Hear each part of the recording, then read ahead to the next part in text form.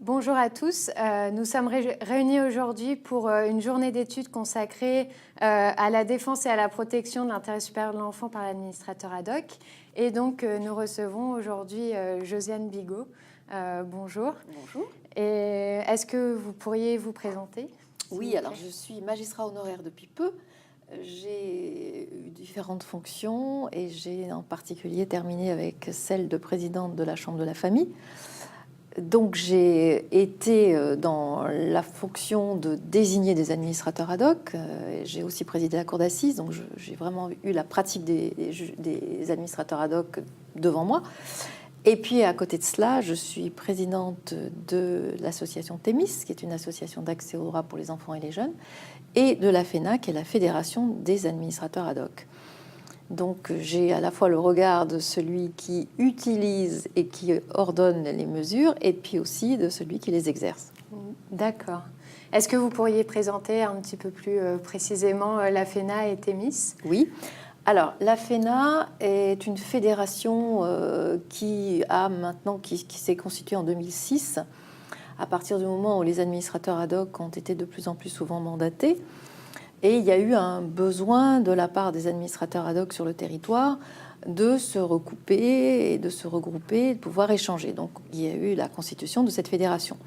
Alors aujourd'hui, il y a 50 adhérents à cette fédération, très divers, parce qu'il y a à la fois des administrateurs ad hoc à titre individuel, et puis vous avez aussi des personnes morales qui représentent pour le coup des services importants, puisque notamment il y a des conseils départementaux qui ont aussi adhéré par le fait qu'ils exercent ce mandat. Voilà pour la FENA, avec très peu de moyens, donc c'est une fédération qui essaye de se débrouiller comme elle le peut. Et l'association Thémis, qui est une association locale, alsacienne, qui a pour objet, depuis qu'existe la Convention internationale des droits des enfants, de faire accéder les enfants à leurs droits, de leur permettre effectivement de voir respecter leurs droits, par deux séries d'actions différentes. Les unes, c'est de leur permettre d'avoir des informations individuelles sur leurs droits, et pour les autres, c'est des actions collectives où on a d'abord informé sur la Convention internationale et aujourd'hui, on fait plutôt des actions de soutien à la citoyenneté pour faire en sorte que ces petits qui soient scolarisés à l'école primaire, ou au collège ou au lycée deviennent de bons citoyens et se sentent impliqués dans la société. Alors, l'association Thémis exerce depuis 2001 le mandat d'administrateur ad hoc et a une habilitation par la Cour d'appel. Et donc, nous avons la spécificité, je crois, de l'exercer de manière pluridisciplinaire. On a toujours pensé que la question des droits des enfants était une question pluridisciplinaire et pas seulement une question de juriste. D'accord, merci beaucoup. Vous avez parlé donc de la Convention internationale des droits de l'enfant. Est-ce que vous pouvez m'en dire un petit peu plus sur les outils internationaux qui évoquent un rôle qui pourrait être celui de l'administrateur ad hoc? Oui, on se sent toujours conforté quand on se dit qu'il y a des outils internationaux qui viennent asseoir une pratique. Donc, on a été déçus parce que la Convention internationale n'en parle pas, la Charte sociale n'en parle pas, la charte européenne n'en parle pas. Et puis, enfin, il y a des textes qui ont fini par parler non pas de l'administrateur ad hoc, parce que c'est quand même une appellation très franco-française, mais du tuteur ad litem ou du représentant spécial. Enfin, les outils ont chacun une dénomination différente. Alors aujourd'hui, on peut dire qu'il y a 4 outils internationaux qui en parlent.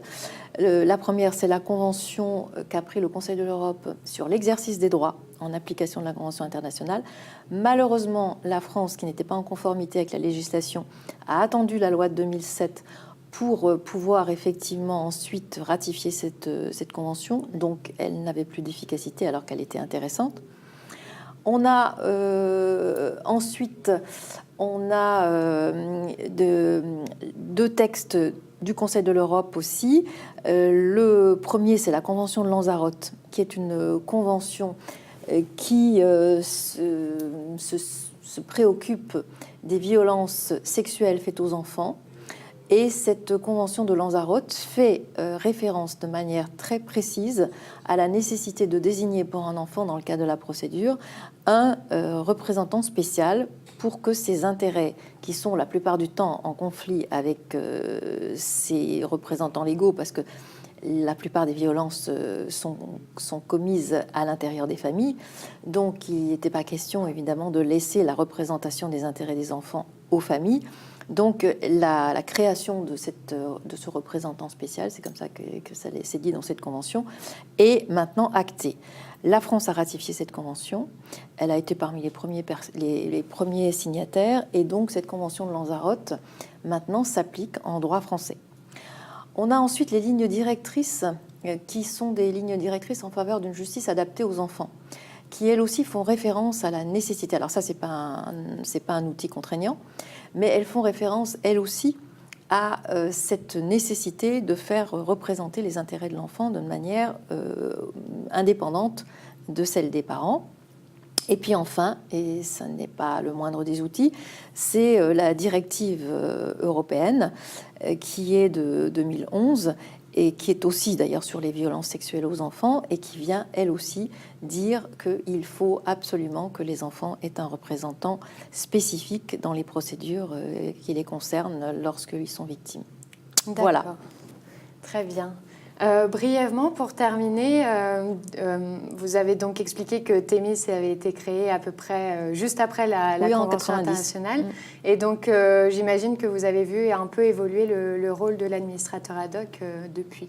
Oui. Alors, au départ, on était exclusivement sur le domaine pénal. Et puis, petit à petit, on a vu des désignations par les juges aux affaires familiales, parce qu'il leur est apparu qu'on pouvait protéger l'enfant par ce mandat quand il est véritablement l'otage de séparation parentale extrêmement conflictuelle. Donc on est désigné dans ce cadre-là. Et puis, parce que la loi effectivement l'a instauré, nous devrions, et je le dis bien au conditionnel, être désignés pour les mineurs non accompagnés qui arrivent sur le territoire français, mais nous ne le sommes quasiment jamais. Il y a là un non-respect du droit de ces mineurs qui arrivent pourtant dans des situations de grande détresse. Alors quand c'est remplacé par des désignations de tuteurs, c'est très bien, on n'a rien à dire, mais très souvent, ils n'ont aucune espèce de représentant ou d'assistant en termes de droit.